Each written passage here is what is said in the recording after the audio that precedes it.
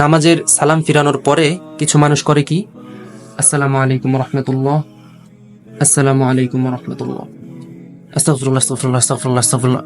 ভাই থামেন, রিল্যাক্স। আপনার কি ট্রেন ছেড়ে দিচ্ছে নাকি বাস চলে যাচ্ছে? নামাজের পরে মুসলিম শরীফের হাদিস, রাসূল সাল্লাল্লাহু আলাইহি ওয়াসাল্লাম 3 বার আস্তাগফিরুল্লাহ বলতেন। আস্তাগফিরুল্লাহ এটার অর্থ কি? আস্তাগফিরুল্লাহ, আমি আল্লাহর নিকট ক্ষমা চাই। এখন ধরেন কেউ আপনার নিকট একটা ভুল করলো অথবা আপনার সাথে একটা অপরাধ করলো, এরপরে যদি সে আপনার কাছে এসে এভাবে ক্ষমা চায় যে ভাই আমাকে মাফ করে দিন, ভাই আমাকে মাফ করে দিন, মাফ করে দিন, এখন এটা কি আসলেই ক্ষমা চাওয়া হয়েছে? তার কথা দ্বারা কি বোঝা যায়? সে কি তার কাজের জন্য অনুতপ্ত?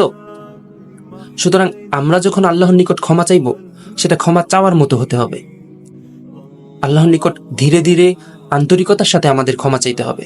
আস্তাগফিরুল্লাহ, আস্তাগফিরুল্লাহ, আস্তাগফিরুল্লাহ, আমি আল্লাহর নিকট ক্ষমা চাই, মাফ চাই।